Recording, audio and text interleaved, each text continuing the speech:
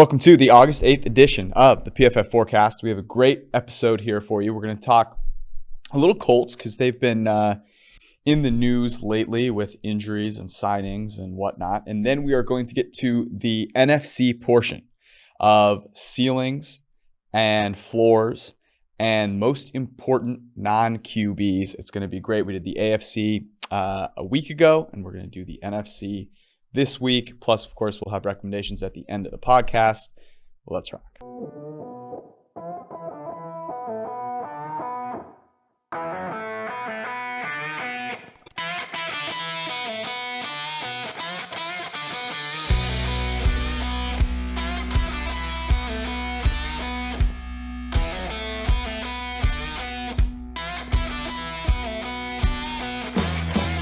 We had to cut off our Colts banter before the podcast. Well, make sure we didn't do the podcast before the podcast. Our friend Kevin Clark says, don't do the podcast before the podcast. It might be somebody else who told him that, but yeah, it was Bill Simmons who told him that. And wise words. Yeah, wise words. It's very true, though. A lot of the conversations, we had to do that with Josh when he was on here. By the way, if you didn't listen to the podcast that we had last and you're catching up, it's definitely worth your while. Josh Hermsmeyer was our guest.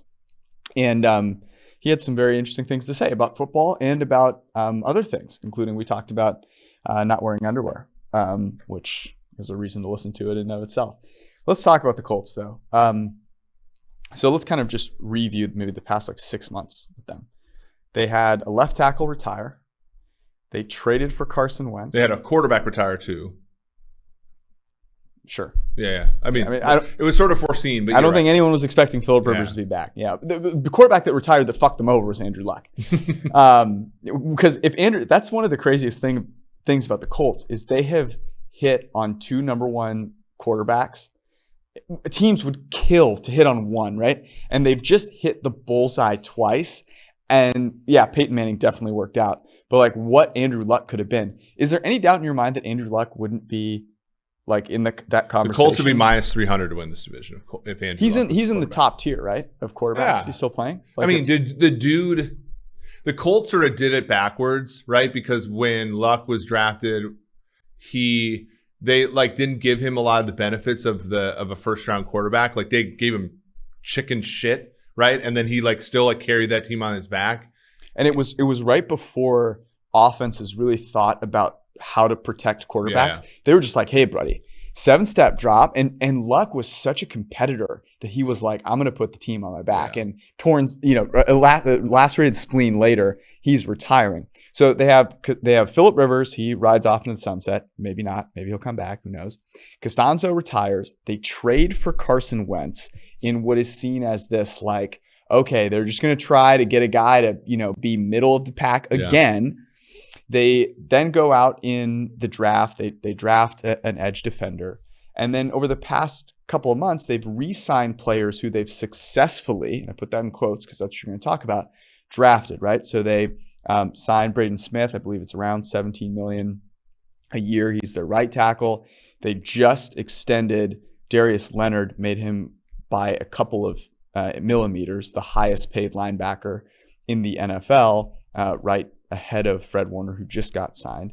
They presumably will sign Quentin Nelson, but the other part of their offseason has been that Carson Wentz is now getting surgery on his foot, and somehow Quentin Nelson is also getting surgery on his foot, both out 5 to 12 weeks, which people freak out about. And according to Mario Pilato, who's our injury specialist here and knows what they're actually talking about, the reason they say 5 to 12 weeks, Eric, is that not that it could be between 5 and 12 weeks, but it's either 5, either you heal quickly or it's 12. Yeah.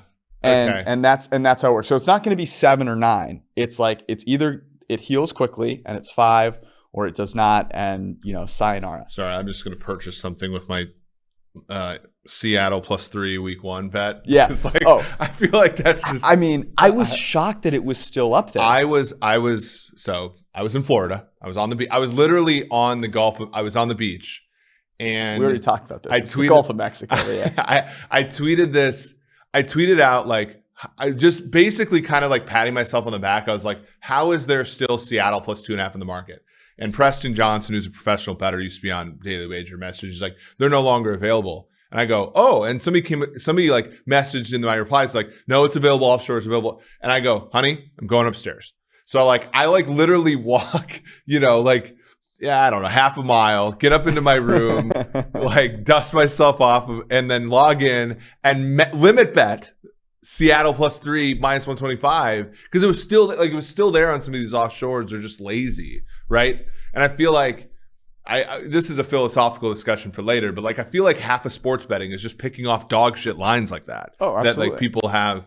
But that's why it's so funny when we talk to people who bet, customers or whatever. And one of the things we hear is all the time is, I wait until Sunday to bet because I have all the information at that point. Yeah. It's like, you're thinking about this a little wrong, buddy. The way that you do it is you just wait for those moments where everyone else is a little behind you and you can pick something off. It's a really good point. But give us your Colts take and that'll kick us off here. Well, I think the Colts have a lot of good things going for them. I think Frank Reich's terrific. I think the stuff that they do in game last year, they had the third most correct decisions on fourth down of any team in football. There was that master class against the Packers where the refs kept calling holding and they kept, and it was an amazing football game where I didn't think they had any reason winning that game, but because of, I think, their wits, because the Packers were soft. Right? Yeah, and the wits and fortitudes, the Colts won. So I think the Colts do a lot of great things. But when I look at this roster, you got Buckner. They traded the 13th overall pick for him and a second in-class contract at the position. Ryan Kelly's cap hit is almost $15 million. You talk about Braden Smith's deal. You talk about Darius Leonard's deal. None of those players play premium positions. Mm-hmm. And then I asked you this question off air. If you are the Colts, do you hope Carson Wentz? Because I think about this and I'm thinking, okay, they're kind of stuck, right? And so then the question becomes, if you're the Colts, do you hope Carson Wentz succeeds, knowing his history? Because if he has success, you are going to step up and have to pay him NFL starter money, which we've already seen him fail under, with nothing surrounding him, right? If he fails, the draft pick you have to give to Philadelphia is lower. And you get to try to start over with a quarterback. And I get why the Colts wouldn't want that alternative because Ballard, despite I think some solid successes over the years, has struggled with bad luck at the QB position. But is the alternative better? If Wentz does amazingly this year, do we think it's sustainable? And B, is that a good outcome for the Colts? Yeah, well, you asked me that question, and I put myself in the Colts position. Obviously, the Colts hope he's good. Right, that's a fact. Whether it's better off for them, which is what you're asking, if Carson Wentz is good or bad, that's a question of whether you believe that Wentz was a symptom of a bad situation in Philadelphia, or whether he was the reason they sucked. Right, because I think will Carson Wentz ever get a deal like he got before? I don't think so. I think he's been tarnished to the point where that ain't happening. And if he already failed in Philadelphia, right? Miserably. He comes to Indianapolis and they succeed. It's not because of Carson Wentz. Carson Wentz succeeded because of Indianapolis. So he's not getting that same contract over again. I'd like to think that's true, but I don't know, man. I feel like and maybe we're getting smarter as a league. I don't know. But I feel like these contracts are like trophies to this team, right? It probably gives, you saw the Hall of Fame. So I rewatched it after I got done betting CFL. And the Edgerrin James speech was amazing. But one of the things I did notice about the Edgerrin James speech at the end was how thrilled Jim Irsay was. And Jim Irsay, for everything about him, you saw genuine joy in his face that he got to share that with Edgerrin James. Ballard, Ballard, everybody in that organization, when they draft somebody and that person is deemed worthy of that contract, with Edgerrin, as part of his speech was, no, I had gold teeth, now I got a gold jacket. Everybody stereotyped me because of how I looked, and I ended up being a Hall of Famer and a good citizen, blah, blah, blah. And like with Wentz, I wonder if it's not like, look, the Eagles didn't give him what he needed. The Eagles didn't believe in him. We believed in him, and he was amazing. And this contract represents a team level success. Yeah, I think first off, there's a huge difference between drafting a blue chip prospect and salvaging a distressed company. Okay, and that's what Carson Wentz was. So I don't know if Carson Wentz is going to have a Hall of Fame speech where he goes, I came in with a camo armband and now I've got a gold jacket. I don't know if it has the same ring to it. But look, I think the narrative should be for the Colts, if Carson Wentz were good, it's like, oh, actually the reason he was good was because we had to invest all this money in all these other positions. And therefore it's really about, like, if we're going to keep him, we have to realize that he's going to have to sacrifice money so we can keep the people around. What I think is interesting though, is you were saying they've hit on all these draft picks who are not playing premium positions, but they're now setting the market with those players. So kind of, yeah, but especially in the case of Leonard, yes. Yeah, I mean, and they will with Nelson. Yes. Yeah. And whether, like, I guess the question is, what should they have done? What should they do? Do you go back to the draft and you go, okay, we really need to rethink the way that we're drafting? Or could you make the claim, and I'll kind of make this claim because I'll play a little bit of devil's advocate here, which is you're still in a position where you're going to need to pick a good quarterback. But having a good team doesn't make it impossible. Yeah. You can still get up there. Like, they're in a situation this year where, because the quarterback matters so much, even though they've paid these up, like Darius Leonard, Quentin Nelson, and Braden Smith ain't taking this team to the playoffs. I'm sorry. Right? They could very well have a top 7 pick next year. Mm-hmm. Yeah. Well, I mean, that's what you almost hope for. If Wentz is not. Yeah, and you look at the 18 draft, and behind the Nelson pick was quarterback Josh Allen, Roquan Smith linebacker, Mike McGlinchey tackle, Rosen, Minkah Fitzpatrick. Not a lot of premium positions there either. Mm-hmm. Like, and when they got in the second round. Now, the thing about the second round was this is part of like the Colts doing smart things, at least in part, right? Mm-hmm. Because the trade that they made to move back for the Darnold pick was really smart. And they got, of their second round picks, you had the hit in Leonard, you had a little bit of a miss in Chahrouri, and their other draft pick there also hasn't done much yet, although they expect, I think, big things out of him this year. Tyquan Lewis, the defensive end out of Ohio State. But that, I don't know. Like, I guess this is my answer. You trade Quentin Nelson. And I know that, like, people gave me shit for that on Slack, and and actually it was more popular on Twitter than I thought it was going to be. But like, that's what you do, right? Like, what would the rate, like, think about this. You're trading them for draft picks though? I don't know. See, here's the problem that I have with that, which is you're then just back in the same spot again. You're not though, because so take this. So what are you going to get for Quentin Nelson? You're going to get a first round pick and the money that you're not going to have to pay. Like, look, I know. But trading a guy when he's about to get a mega deal, that's got to be. I don't know, but think about this. Getting a first rounder. But think about this though. Like, the Ravens did this exact thing with Orlando Brown. Like, Orlando Brown plays left tackle.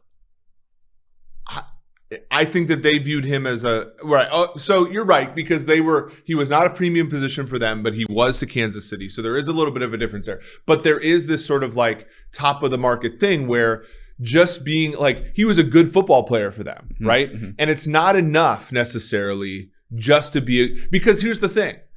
Quentin Nelson doesn't play a premium position, but somebody like take your Niners. If you could find a team that was going to play him at left tackle, like, or that would trade a ton for him. I mean, the Chiefs before they traded for Orlando Brown would have been very interesting. Yeah, but even think about the problem. There's a team that will give up a lot for Quentin Nelson. Like, they're out there. Like, the fucking Giants would. Tell me they wouldn't? The answer, in my opinion, is not. I don't think it's trading Quentin Nelson. I think it's trying to make him play left tackle. Yeah, because the problem is that you trade him and you're going to be chasing that, right?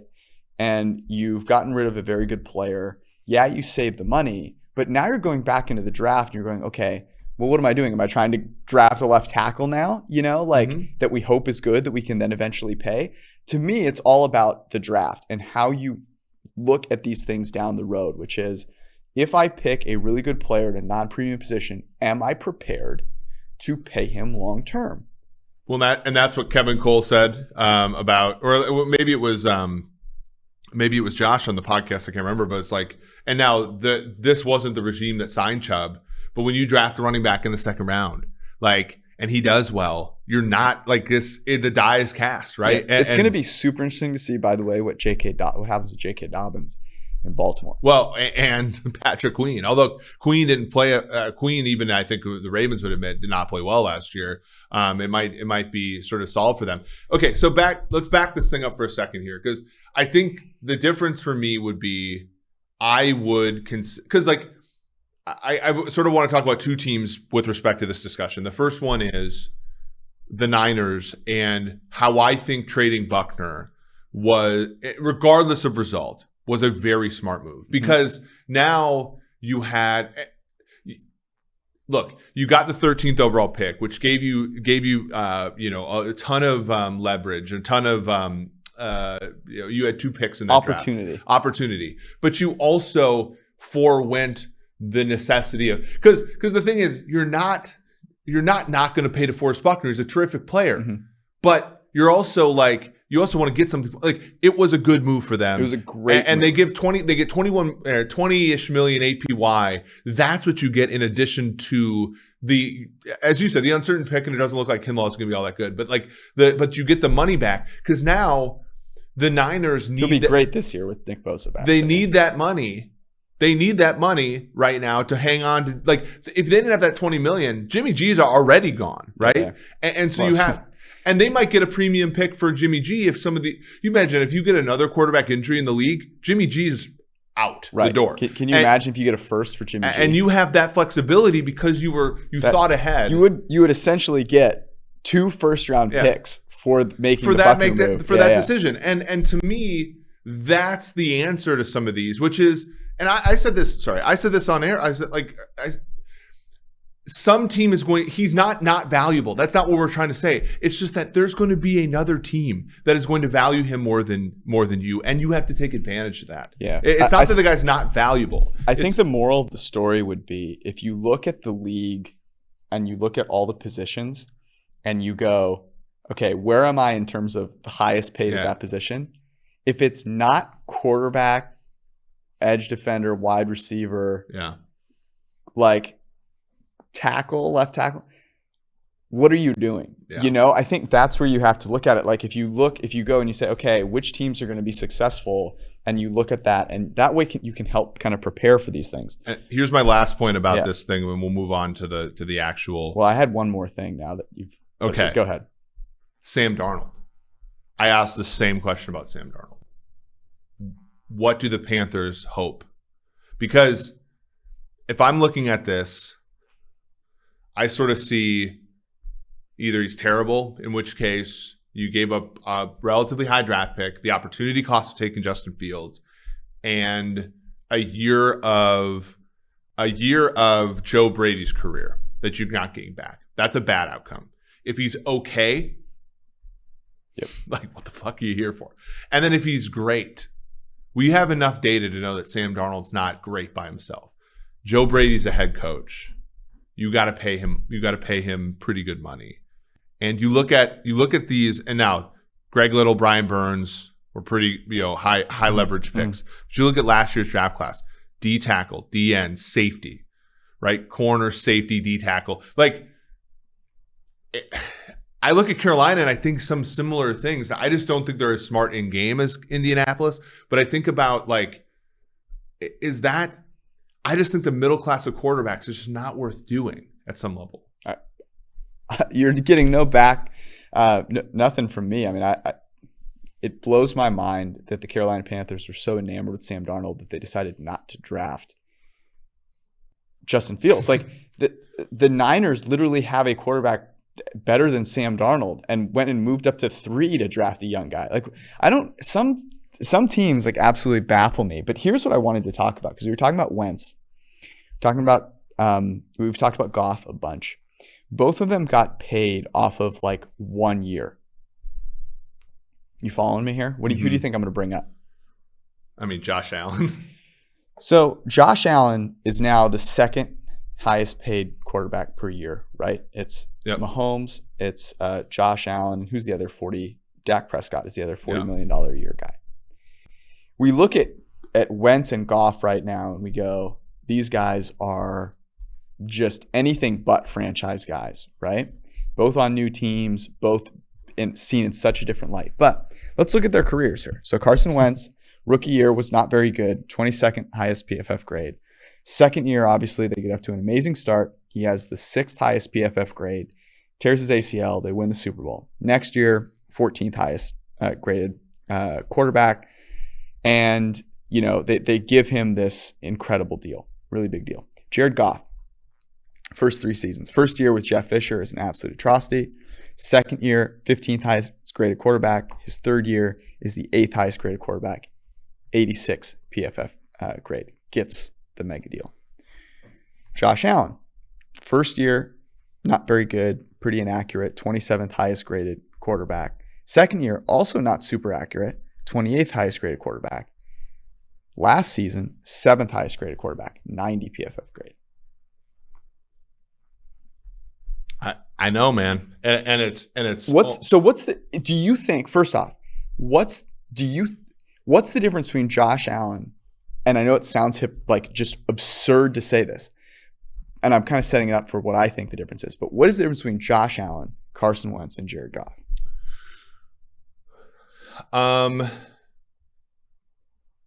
The difference is, and I'll say this, it's tough, and it's just this way with Herbert too.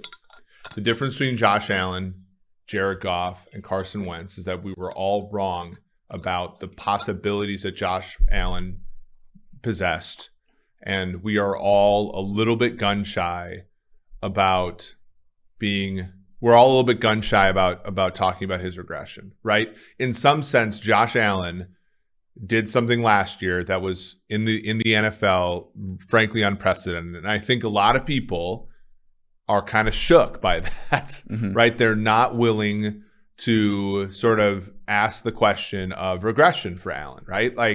And I think the same thing with Herbert. I wrote that article being like, hey, Herbert was terrific last year. Here are some reasons he'll regress. And of course, everybody wants to dunk on Seth, and me. I was down on Herbert too. And it's I think that there's a little bit of that.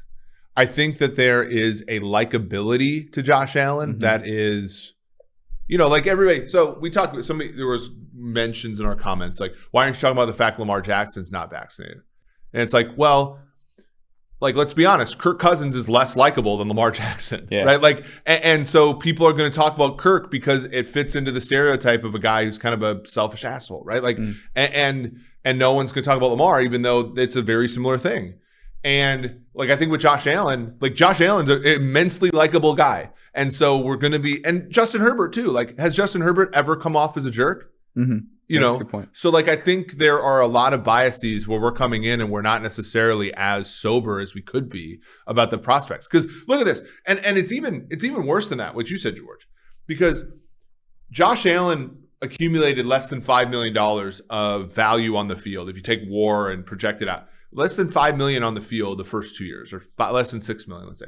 It was $30 million last year, which means he's got to get even better for him to generate surplus value on that deal. Now, there are non-station areas about how much each win is going to cost, because the value is going to go up, but the number of wins is basically staying the same.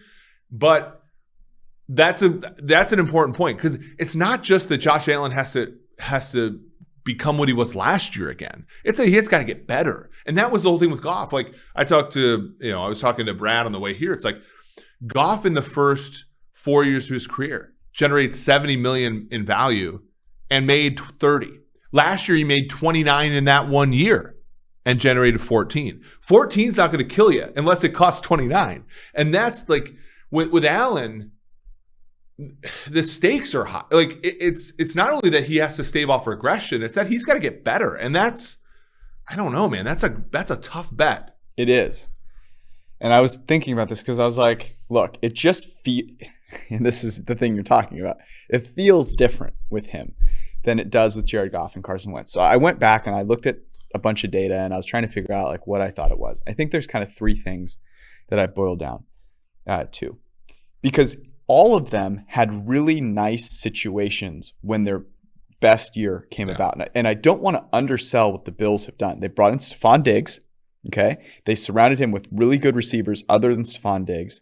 They played a really great style of football. They threw on early downs. They leveraged play action. Like, the Bills are a darling of the. If you want to talk about Jared Goff benefiting from McVay's offense, sure, I'm here for it. But Josh Allen benefited from what the Buffalo Bills did. There's no doubt about it.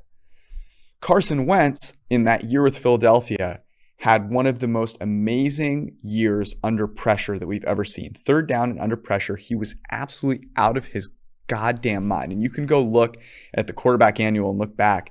I want to say he had like 132 passer rating on third down. Unreal. His conversion rate on under pressure, his big time throw rate, something like that, was like 10%. It was, just trust me on it. Okay, I'm not going to pull it up right now. It was amazing. Josh Allen last year improved, but it wasn't in, he was really, really good from a clean pocket. He threw the ball more accurately, but still has opportunity to improve in that area. He was only 20th in terms of accurate throws. We chart those like, are they on the receiver's frame? He was only 20th there. He was only 30th in perfectly placed throws. There's opportunity for him to continue to improve. And I think here's the last thing that I'll say. Even though the Buffalo Bills system was really incredible, there are so many examples of him doing things that only one other quarterback in the NFL, maybe two actually, Rodgers and Mahomes, can actually do. And yeah, you saw some of that with Wentz, but it wasn't to the level that Josh Allen did last year. And so I do believe there's a little bit of a difference. So on one end, you're making the argument that there is juice left in the orange. I'm making the argument there's juice left in the orange, and that the circumstances under which he was great last year are more stable than the circumstances under which Wentz and Goff were great. There's evidence that he is. Oh, I have one more thing. Sorry, one more thing. Both those quarterbacks had that ascension in their second year, right? Yeah. Josh Allen has gotten buried for 2 seasons. Yeah. Okay. I think that would have it broke Carson Wentz even after having a really good year. The fact that he had, and I know people are going to yell at me for this, but like the mental fortitude to overcome that and still make a leap, that's why I have no problem with them making this extension, even though it's not like locked in, right? Like people need to realize there's a chance of ruin here, as you like to say. Yeah. Look, like I said, I think a lot of us are spooked by, and I actually had a great discussion with somebody Friday about how we sort of model the league and how to deal with the fact that there might be things that 5 years ago were true about the NFL that aren't now, but we don't have that many quarterbacks to actually, to come up with something statistically significant, right? So like, do we just deal with the errors, or do we try to chase down what Josh Allen was? I would say draw humongous error bars and move on. But there are people who want to know exactly what happened with Josh Allen. And the part of me is saying, just like wait it out a little bit. Like there's going to be like this career arc is going to teach us some things. I don't think it's over though. It's going to be an interesting. Would you have extended him this year? I would not have. Look, this is a good discussion topic. The problem, and Jason from OTC says this is a team-friendly deal. I sort of agree, but you gave up, how much more expensive is the guy going to get? Because if the guy's worth it, I don't think that, the increase in APY is going to be that substantial. Because you have year 4 contract. You have a very modest 5th-year option. And then you have 2 years of the franchise tag, right?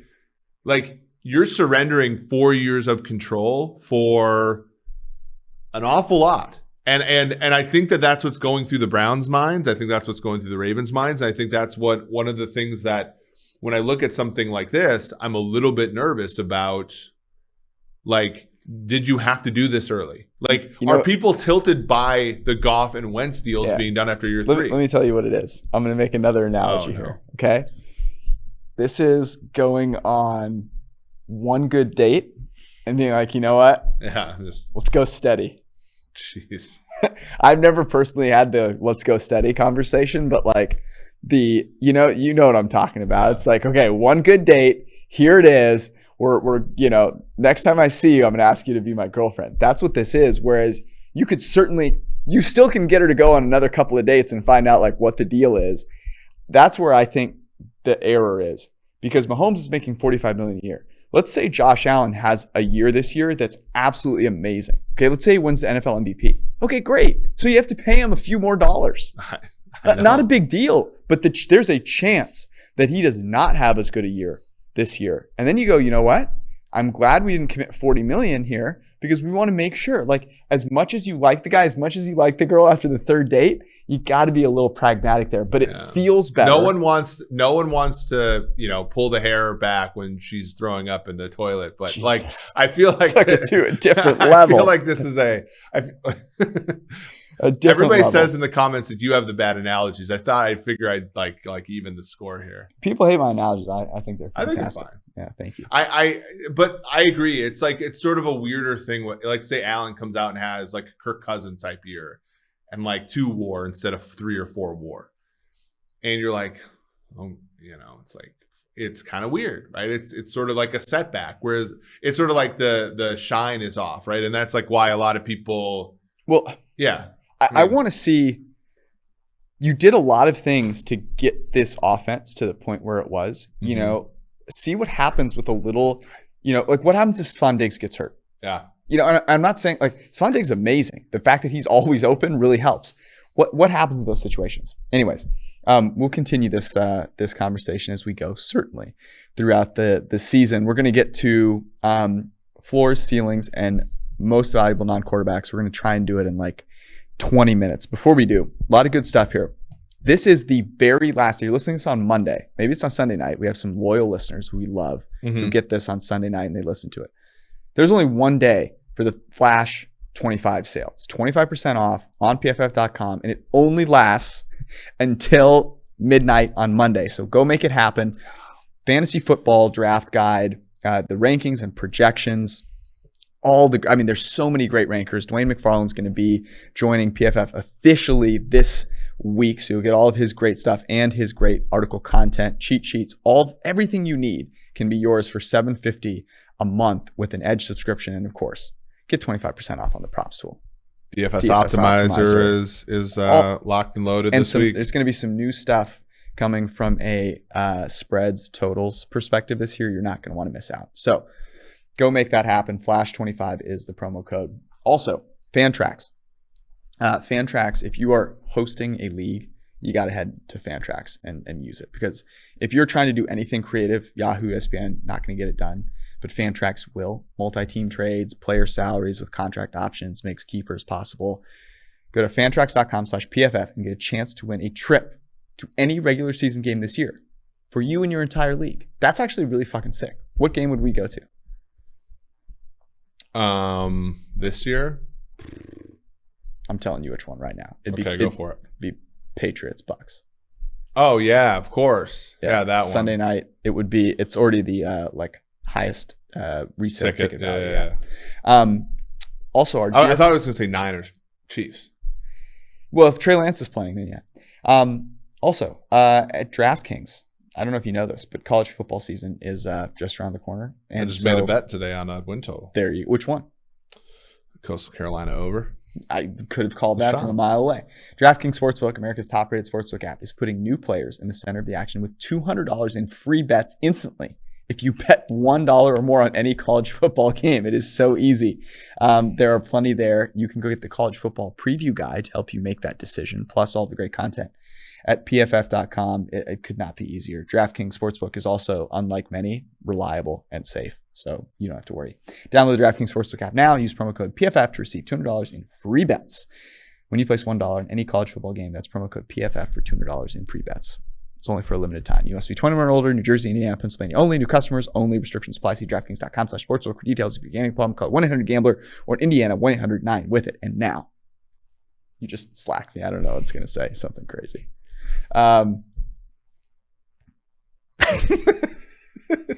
This is not fair. You can't. I'm trying to get through the read quickly. Okay, NFC. We're gonna time box ourselves here to 5 minutes at the most. Per division. We're gonna start with the NFC South. Okay. Least interesting one, I think. Let's start with Tampa Bay. So Tampa Bay's 10th percentile is one of the highest, if not the highest, I actually think, in the NFL. It's 8. Their 90th percentile, their ceiling, is 15. And their average number of wins is 11.6. On DraftKings Sportsbook, by the way, right now, they are minus 200 to win the division. Most important non-QB, Tampa Bay Bucks. I'll go with Chris Godwin. I think that offense struggled a little. Quit Chris Godwin. I think that offense struggled a little bit when Godwin wasn't playing. That being said, he didn't play great in the playoffs. Like he dropped the ball, he dropped like 6 passes in one of those playoff games. But I think he rounds out that receiving core well. Like Mike Evans is kind of steady. Antonio Brown, I think you know what you're going to get on the field. Godwin Miller. The right answer is actually not a receiver because they have so many. The right answer is Tristan Wirfs. Tristan Wirfs was the highest graded rookie tackle last year. I want to say from week 14 onward, he allowed a league low pressure rate from the right tackle position. And Tom Brady, not exactly, the mobilest of fellas. Now, his quick release really helps. Obviously, he gets the ball very quickly. It's hard to pick a player here because they're a very good team. Vita Vea is also somebody he allows them to run the coverages. That being said, there was a piece. We have Tampa Bay with one of the easier schedules in the NFL, 6th easiest. But opposing quarterbacks, it's even easier because when you look at who they have. So, I mean, this team, it's hard not to see them sort of cruising to this division title. But 8 as a 4 is absurd. Let's go to the New Orleans Saints. Their floor, 5 wins. Their ceiling, 12 wins. Their average number of wins, 8.3. We had them winning the division just 13% of the time. And on DraftKings Sportsbook, they are plus 350. Yeah, so a no bet there if you like. I think I have the limit on the under there for New Orleans, 9. I just don't see it. I think the defense isn't going to be as quite as good. And I think who are they throwing to, George? Honestly, if you were on that team, you would be one of the better weapons. Catching some passes. So most important non-quarterback for them is Taysom Hill. I mean, there's that. I will say this, Kamara probably is the answer. He's going to have to be a wide receiver. He's going to have to be a gadget player. He's going to have to be everything for them. And that just shows you how much I think of it because there's a limit to the value that a running back can offer to a team. Yes. I was going to go with Kamara as well, mainly because there aren't any wide receivers where you're yeah, this guy could potentially step up. The problem is if you're a Traquan Smith truther, then good for you. But at this point, 3 years into his career, hasn't broken a 70 PFF grade. You're kind of like the Jeff Green truther in the NFL, if that's your tact. Carolina Panthers, floor of 4 wins, ceiling of 11 wins. I don't think there's a soul in Carolina that thinks they could only win 4 games, and that's pretty funny. Average wins 7.8. They have a 10-1 chance or that's what their odds are at DraftKings. Yeah, I'll go with Brian Burns. I think that defense doesn't have the coverage players that it should have. I think the offense, they're going to have to win. They're going to have to win unconventionally. And I think if Brian Burns is a Khalil Mack type of season, then maybe the floor is a little higher for the offense because they're not having to score as many points. That's a tough ask, though. Yeah, Brian Burns, one of my favorite, actually, if not probably my favorite bet for Defensive Player of the Year. I think he was 80-1 odds at one point. My answer here is J.C. Horn. And the reason it's J.C. Horn is because they passed on Justin fucking Fields for J.C. Horn. So you better have a good season. He better be absolutely incredible. And if he is, then you could see that 90th percentile. But if he's not, and he looks like Jeff Okudah, then they might win only 4 games, because I don't know if you can count on Sam Darnold being great. Atlanta Falcons, floor of 6, ceiling of 12. Yeah. Amazingly, they are 9-1 to win the division, which makes no sense in comparison to the Carolina Panthers. Most important non-quarterback. I'll just go ahead and go first so you don't steal my guy again. Arthur Smith. Well, look, I think I know what I'm going to get from Arthur Smith. I'm pretty confident that he's a good schemer. Calvin Ridley is now the guy. Yeah, for sure. And so if they're going to hit 12 wins, he's got to A, be on the field, and B, be absolutely awesome. Now, he was last year 11th highest graded receiver. That was with Julio Jones. So it'll be really interesting. Yeah, that's a smart one. Arthur Smith and Kyle Pitts also, I think, I think you'll be amazed. And we might have to have Thomas on the show before the season starts. I think you'll be amazed at the absence of dysfunction in the coaching staff for the Falcons, what that will mean.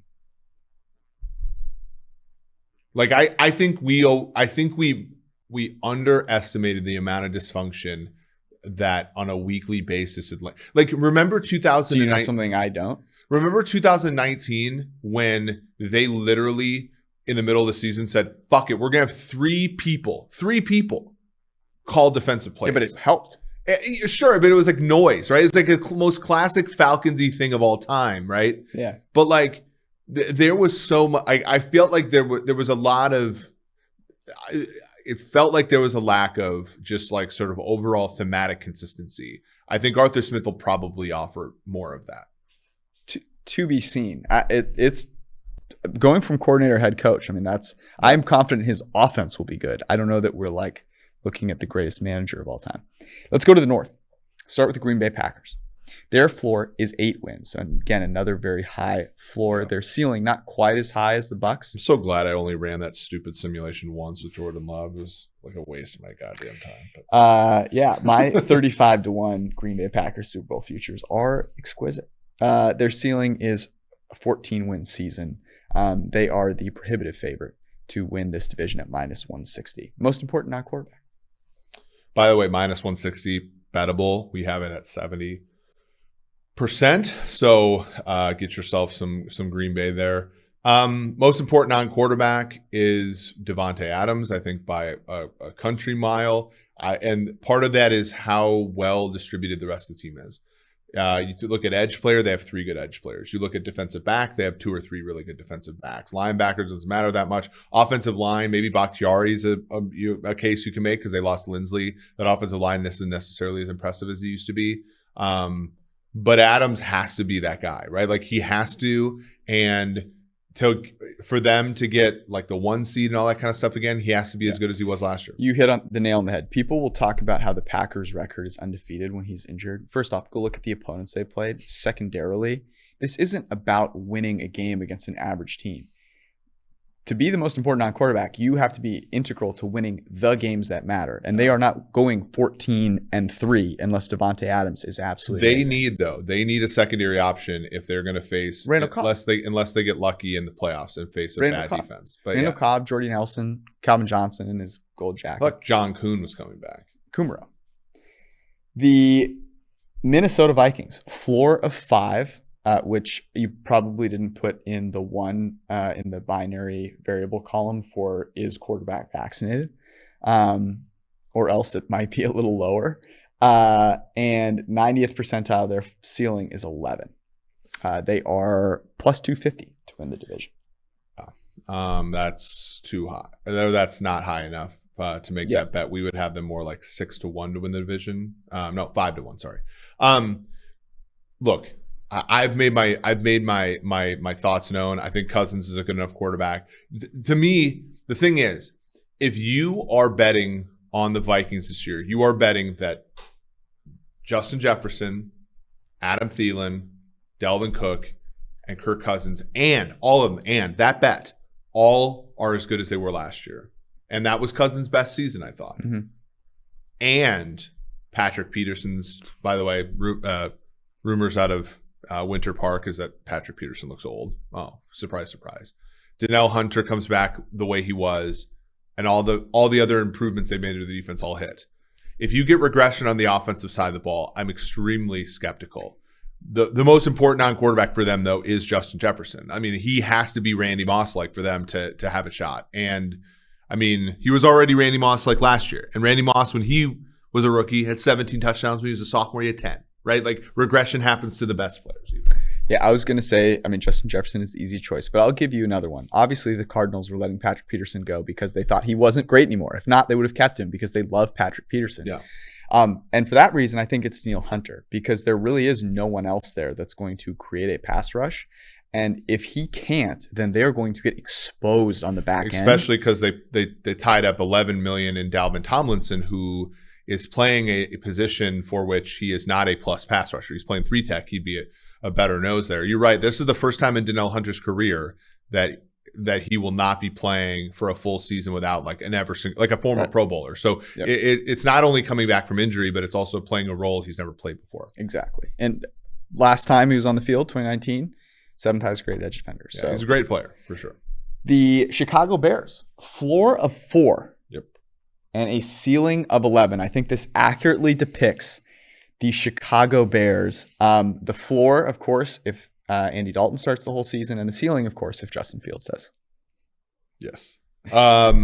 Most important non-quarterback for them is Khalil Mack, in my opinion. And I think it's because you look at that defense. The defense used to have a lot of good parts. Mm-hmm. And you say, okay, Amos left a couple years ago. Fuller left this year. Roquan Smith's going to need a deal, right? Danny Trevathan no longer there. Akeem Hicks banged up sometimes last year. We saw that Monday night game where he was dominant until he hurt his hamstring, and then that was a big hole. I mean, Khalil Mack needs to be otherworldly this year for them to have the kind of defense they need for Dalton to not go like 0-6 in his first, before Fields takes over. Like that to me, that's like the best case scenario for the Bears would be exactly what happened last year, which is to start 3-0. But know your quarterback isn't it. And instead of going to Nick Foles, you're going to Justin Fields. Yes. I said Darnell Mooney, and this is not just because people are losing their minds about his sleeper potential in fantasy. Dude, but Allen Robinson, very, very good. The tight ends, I'm not exactly excited about Jimmy Graham and Cole Kmet. The offensive line is meh. They're average. So Darnell Mooney's ability to consistently separate and win on the other side of Allen Robinson and catch the ball is going to be really important for Matt Nagy's offense. Now, last year he got limited reps, obviously, but an opportunity to be that number 2 guy, graded fine. But you've seen on tape like his ability to make moves with his route running and off line of scrimmage are pretty impressive. So. They are plus 550, by the way, to win the division. I have placed. I think I got them at 6-1. The Detroit Lions, floor of 3, ceiling of 9. How they win 9 games, I have no idea, but I'll let you answer that with your most important 9. So I don't think the Detroit Lions have a chance to win much of anything this year. So their most important players for the development of the team, and from that perspective, it's number 3 overall pick from a season ago, Jeff Okudah. Like. He needs to not be one of the worst players in the NFL this year for them to be on the right track. And if he does that, right, you got Hawkinson, right? You have Okudah, you have Sewell. Like you're starting to build decent pieces, and then you offload Goff, you draft a good quarterback at some point, and now you're cooking with gas. But right now, it's like that's a big piece that needs to fall into place for them. You hit the nail on the head. That is the correct answer. It's Jeff Okudah. There were 121 quarterbacks. Who qualified for a PFF grade and rank last year. Jeff Okudah was 119. Unreal. So and like a lot of that's Patricia, man. Like did you see that Hawkinson, right? TJ Hawkinson went from like a relatively clean cut guy to now he looks and I was like, That's there should do like a Kimmy Schmidt Unbreakable, like about playing for Patricia and like our buddy Mike. Yeah, buddy Mike. Yeah, we called him the wrong name on purpose for a while. That was pretty funny. All right, NFC East. Let's start with the Dallas Cowboys. Floor of 5, ceiling of 12, mean of 8.2 wins. The Dallas Cowboys, interestingly, right now are plus 130. We have them with a 34% chance. Yeah, so more like plus 200 to win the division. Most important non-quarterback for them.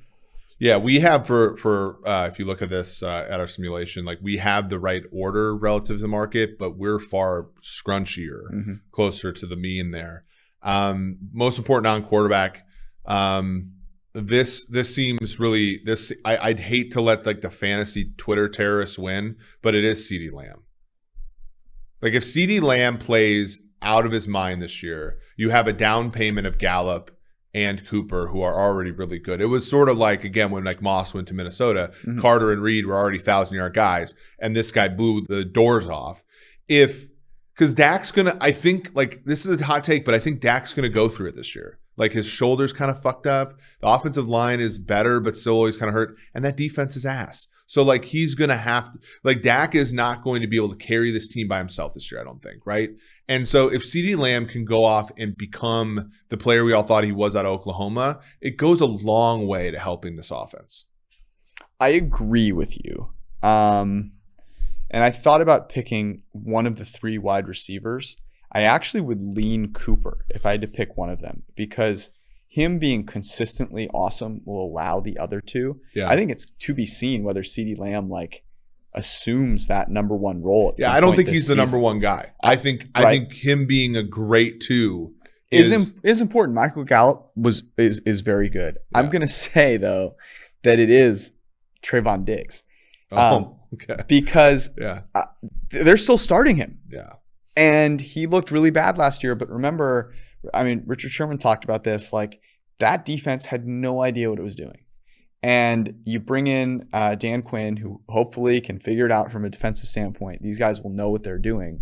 But they cannot be a complete sieve on defense. They just can't be. For them to win 12 games, they just can't be one of the 4 worst defenses in the NFL. And that means you've got to have corners that can. Yeah, and I think when you had a marshmallow like Dontari Poe and some of those guys they had in there last year, like they were honestly the reason I wanted to write that, like, you know, interior defenders matter, because it's clearly they like broke the mold there.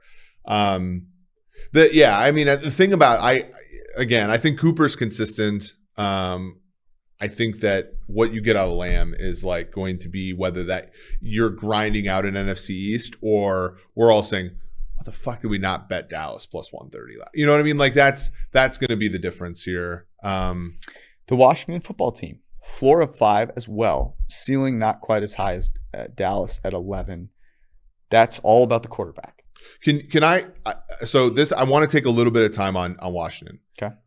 So everybody, this is one problem I have with how long the offseason is, because, you know, we get messages on the comments and everything. They're like, well, it's not just all about the quarterback. It's not just all about the quarterback. And while I agree that like there are obviously edges in second order problems, like it causes us to overreact to certain things. And I think when you look at the Washington football team's defense, there are a lot of shiny objects, right? Chase Young's great. Jonathan Allen's great. The whole defensive line. The whole defensive line. The linebackers are fine. They went and got William Jackson. Cameron Curl was terrific last year. Blah, blah, blah. Look at the offenses that Washington beat last year. Okay. Washington beat Philadelphia twice. Okay. Wentz, Jalen Hurts, and what was it? Sudfeld, yeah. They lost to Daniel Jones twice, so let's forget about that for a sec. They beat Nick Mullins. Nick Mullins in a road game, but in the Niners road stadium too of Arizona, right? They beat Cincinnati. What happened in the Cincinnati game? Yeah, Joe Burrow tore his ACL. Like they literally didn't beat one quarterback who I would consider to be any good. And so you look at this, you come back over the top, and you look at their schedule this year, right? They had, according to the quarterback tiers, but you can just even look at this. If you look at the quarterbacks they faced this year, right out the bat. They have Herbert, right? Then they have Josh Allen week 3, Matt Ryan week 4, Patrick Mahomes week 6, Aaron Rodgers week 7, Tom Brady week 9, right?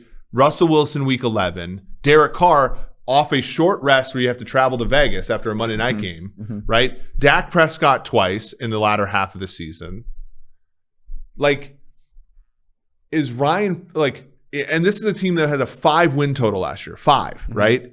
And everybody's looking at them and saying, oh, they were a 7-win team. All they have to do is win 1 or 2 more to get over their win total. I'm thinking, no, they're a 5-win team that ran really good last year with other teams' injuries. And they basically leaned into 7 wins. Is Ryan Fitzpatrick plus a few other defenders, Curtis Samuel, who still has COVID, are they 3.5 wins better? No, this team is the biggest fade I've ever seen. So the biggest fade you've ever seen? This team is the most overhyped team in football. Do we have drug tests in here? You're talking Washington right now is the most overhyped team in the NFL. Ryan Fitzpatrick is a really cool guy. He's also never thrown more than 20. The most overhyped team in the NFL. They're not even the favorites to win their own division. They're plus 230. The Washington football, it went from plus 400, which by the way I bet, down to 230, which is way too low actually. It should be more like 250, 260. Here's the thing. Ryan Fitzpatrick is a really cool dude. He's a really great story. He's also never played a playoff game. He's also never thrown more than 23 touchdown passes in a season, right?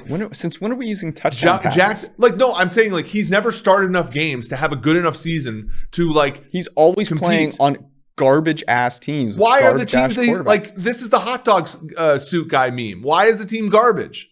Because you're blaming he's the him? Quarterback, yes. Oh my God, you are on one today. That's an absolutely atrocious take. So anyway, the most important non-quarterback for them is Terry McLaurin because he's going to be fishing balls out of the dirt a la Brandon Marshall and Eric Decker from the 2015 Jets, the last time that Ryan Fitzpatrick had a winning record as a starting quarterback. His teams are garbage. He's played well each of the last 3 seasons. Are we buying again? The Miami Dolphins would have been a playoff team with him at quarterback. We're buying Fitzpatrick at the top of his market, right? Because he has played well. I will admit to that. He's played great the last 2-3 years in backup stints. He was the starter for Miami. We're looking at a defense that didn't beat a real NFL quarterback last year, and we're giving them a win total of 8.5 a season after they had one of 5. I think this is the most mispriced team on the market. Dwayne Haskins was Drew Lock-esque, that he was the worst quarterback in the NFL last year.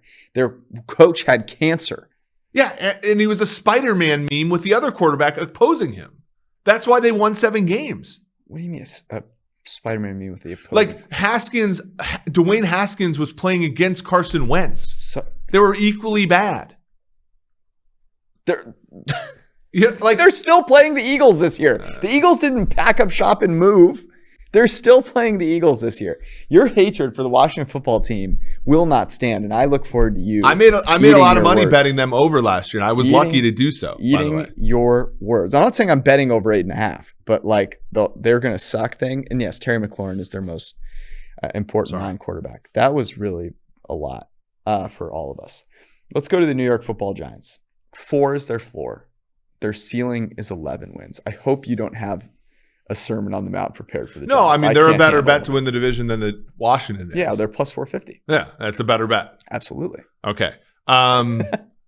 It's Kenny Golladay because Golladay so far has not impressed in camp. He's also been hurt. He's also extremely important. If he plays really well, then I think the Giants offense can be good enough to supplement a great defense. I'm going to mix it up a little bit. I'm going to go with Andrew Thomas, left tackle. If he is a turnstile, then not only does that make them closer to their floor, but it's also going to give them some excuses for Daniel Jones. And we can't have those. They need to find out who Daniel Jones is this year. And that means Andrew Thomas needs to at least be decent. He showed signs of that down the stretch, but was overall not particularly good. By the way, you can get all of the simulation results on pff.com on our win totals tracker with the PFF Edge subscription, which you can get for 25% off right now through the end of Monday. The Philadelphia Eagles, floor of 3, ceiling of 10. Remember, I think Nick Sirianni, first coach fired, is still a good bet. So this tells you where I'm at with them. So I think I'm going to go first here. To me, it's Jalen Reagor, not Devontae Smith. And the reason is that I'm pretty confident Devontae Smith's going to be pretty good. But if they're going to win 10 games, it's going to be because their offense, like all of a sudden, just figures it out. And Jalen Hurts is amazingly good. And that's going to mean that Jalen Reagor is getting open downfield and Jalen Hurts is able to just throw bombs. Yeah, I actually don't think their defense will be that bad. They have Cox, they have Graham, Anthony Harris, Steven Nelson are good additions to the back seven. Yeah, it's tough though. I mean, it probably is Reagor. I mean, because if Reagor sucks, and there's a lot of pressure on Devontae Smith, and I don't like. I'm still like skeptical that a receiver that size, like I feel like he would have been a better draft pick for literally every other team in the NFL. I mean, that's probably true for a lot of players that would have ended up on the Philadelphia Eagles. All right, we saved the best for last. The NFC West. We'll start with the Los Angeles Rams. Floor of 6, ceiling of 13, average of 9.3. They are tied, I believe, still with the San Francisco 49ers. Actually, no. On DraftKings, the Niners are slightly more. Everybody is slightly bigger favorite at plus 180. The Rams I'll say plus this for the 190. Niners. The most important non-quarterback for the Rams is Leonard Floyd. Okay, why? Because I think you know what you're going to get with Ramsey. I think you know what you're going to get with Donald.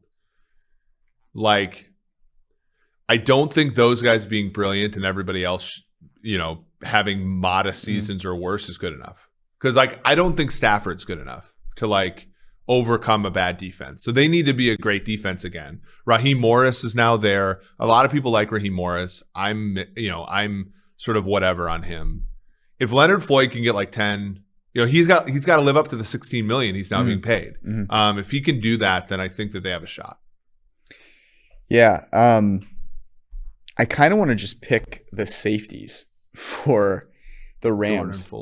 Jordan Fuller is the one that I'm kind of zeroing in on. And then Nick Scott, I think, is Taylor Rapp. Is he still there? Taylor Rapp is kind of playing that little dime backer.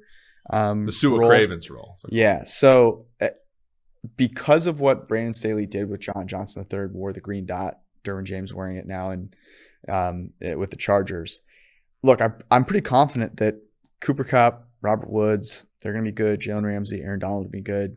So where do you what could happen? Well, you could have a really bad back end of your defense that falls apart, and all of a sudden you're the 10th best defense, and that's a problem. Personally, I also don't think Leonard Floyd's going to be able to do that. I'm low on the Rams. I just think to me, I just don't know if it all adds up for them. They're making a kind of a bad bet. Speaking of teams you're low on, the San Francisco 49ers, floor of 5, ceiling of 12. This does feel low. I mean, we do have the simulation with Garoppolo in there because that is the information that we have. Garoppolo, however, I'll say this, Garoppolo, and you can roll your eyes, but Garoppolo has never failed the 49ers because of play on the field. It's almost always been health. Yep. So the issue is obviously the opportunity cost of Lance. Lance has looked amazing. We've seen this happen before. Just take off what you want to happen first. Are you a little concerned, because the Niners on Pinnacle are the third most likely team to win the Super Bowl? Yeah, which is Are ridiculous. You a little concerned that people are assuming all of the best things about the Niners? Of course. And people are assuming a lot of things about the San Francisco 49ers. There are a couple things that you can assume, which is that their offense is going to be very good. They have great playmakers across the receiving core. They have an incredible offensive line. They have potentially one of the 3 most athletic quarterbacks with a cannon of an arm if he plays. So that is fine. Where I'm most concerned is the defense. Jason Verrett is cornerback 1. Yeah. I don't know if that terrifies you at all, but this is a guy that has not played like playing a full season, which we did last year for the most part, is just not, it has not been in his DNA. That all of a sudden can really make your team very thin in the coverage area. Obviously, you have Nick Bosa, and you hope D Ford figures it out, but you're losing Robert Salah. The most important non-quarterback, in my opinion, here is Nick Bosa, because of how thin that secondary can potentially be. He needs to be, again, amazing. Yeah. Here's one thing, and I will say, I do want to be like, I like the Niners. They have the easiest schedule in the NFL. So you go at Detroit, at Philly. So you start the season with 2 road games against 2 bad teams, like the 2 worst teams in the NFC. So you could start 2-0 and then have all the home games backing up, right? Like, then you have Packers, but they're at home. Seahawks, which are at home. Cardinals, Colts, which who knows who's going to be starting for the Colts. And then you get the Bears before possibly the changeover. Yep. You get the Jaguars, you get the Bengals, you get the Texans. So like they have a schedule. So if I'm a Niners fan, I'm worried about they could get the 1 seed and then just be exposed in the playoffs because their defense isn't very good. But they were able to buoy it because they played bad teams. To me, that's like the real worry. I think the most important non-quarterback for the Niners is George Kittle. I think George Kittle makes everything. George Kittle is the only player in that offense that plays a traditional role. I think everybody else kind of is more gadgety, which is good, but Kittle sort of is capable of doing everything. And if he can stay healthy, it's going to be really hard because you look at some of the linebackers in that division. KJ Wright's gone from Seattle. The Cardinals are starting 2 young guys. Rams, not great linebackers really ever, I think on purpose. It'll be interesting. I don't disagree with you. And I think Kittle's obviously a great bet. If he plays, he's going to be great. Not super concerned about that. Let's go to the Seattle Seahawks. Floor of 6, ceiling of 13. Now, interesting. Both higher than the Niners, yet on DraftKings, they are plus 275, whereas the Niners are plus 180. We would put it more like plus 200. So there is some value there if you like the Seahawks. By the way, all the strength of schedule information on our Power Rankings tool that comes with an Edge subscription you can get for 25% off. Just saying. Most important non-quarterback here. I went back and forth on this a couple of times, but I ended up with DK Metcalf, which is the easy one, and I feel like kind of a sellout for going this way because I think you could go in a bunch of different directions here. But DK Metcalf is right on that border. He was 15th highest graded wide receiver last year, had a few drops. If he really comes in and jumps into that top tier, that top 6 wide receiver zone, then that's how they, I believe, could win 13 games. And I don't think that's ridiculous. Russell Wilson was the 6th highest graded quarterback last year. And seeing him do that again is not ridiculous by any stretch of the imagination. Oh. I would say Lockett. But the problem is Lockett kind of is who he is. Lockett is a best ball wide receiver. Yeah, we kind of know who he is already. Yeah. Metcalf needs to round into form. Metcalf's a terrific talent, but when you watch his game, there's always a little bit that's missing. I think he needs to round in to be an elite player. And the same thing with AJ Brown too. Like those two guys both need to do that. And maybe he will. And if he does, they're going to be tough. Obviously, offensive coordinator is also really important for Seattle. You can't fuck that up. It's very true. All right, last but not least, Arizona Cardinals. Floor of 5, ceiling of 12. This team, I think, is one of the most interesting teams in the entire league. I think the Niners are up there, but I'll just say this, by the way, backing up to the Niners. I really think Trey Lance is going to start very, very soon. If not week 1, maybe week 2. Like, I would be shocked. He looks good, and they drafted him number fucking 3 overall. Anyways. Here's a question I have though. Do you think that they do it out of principle? Who did Shanahan lose to in the Super Bowl? I do. So I do think that they want to trade Jimmy G and they want to see him play well. Like, I think there's a little bit of that validation that they're looking for. And I don't think they see as much to lose. You know, I think they believe that they can win a lot of games with Jimmy. And so they don't want to. But it is the closest thing we've seen to Kansas City with the Alex Smith. Like, Jimmy G's not that much different than Alex Smith was. And the Niners can win football games with Jimmy G. Like, this isn't Dalton. This isn't. Yeah. That's how. I would hope Kyle Shanahan's smart enough to realize that maybe Patrick Mahomes is just really fucking good at football. And they should have just played. And they should have played Patrick Mahomes to start out that season. But is he, though? Like, Shanahan's earned the genius label. But it's not universal to all the decisions he's made. We'll see this year. Yeah, I hope so. Okay. I hope he plays. I want to know. I haven't seen him. I haven't seen Trey Lance play in 2 years, so I want to see him play. All right, the Cardinals.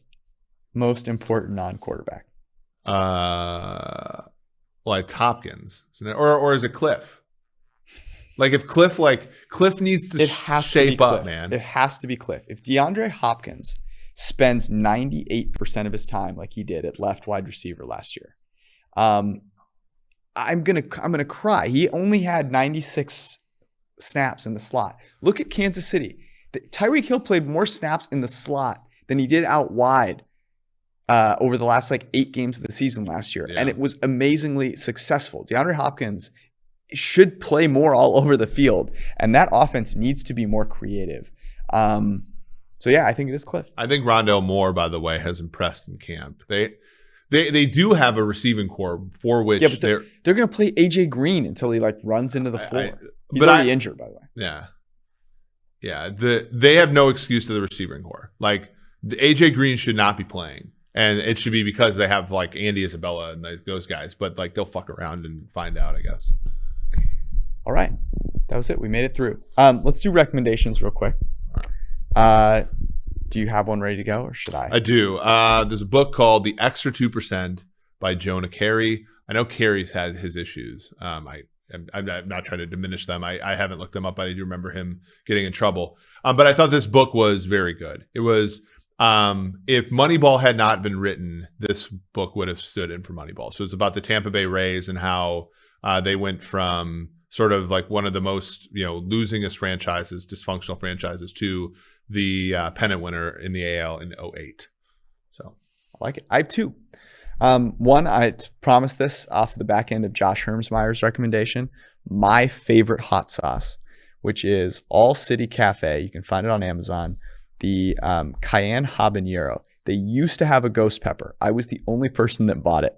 And so they stopped making it because it was so fucking hot. But this hot sauce is absolutely sensational.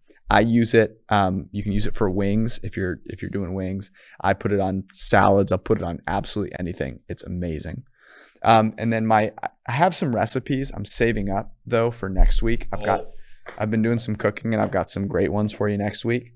The other thing is a concept of subtracting something from your life or your routine. I've talked about this a little bit before, but I just did it again. Subtracting something of the things that you have that you might not need, something about your schedule. A lot of people canceling the podcast? No, I'm not. Okay. No, I'm not. Those are my 2 recommendations. Thank you guys for hanging out. We'll be back on Wednesday. We love you all. Peace.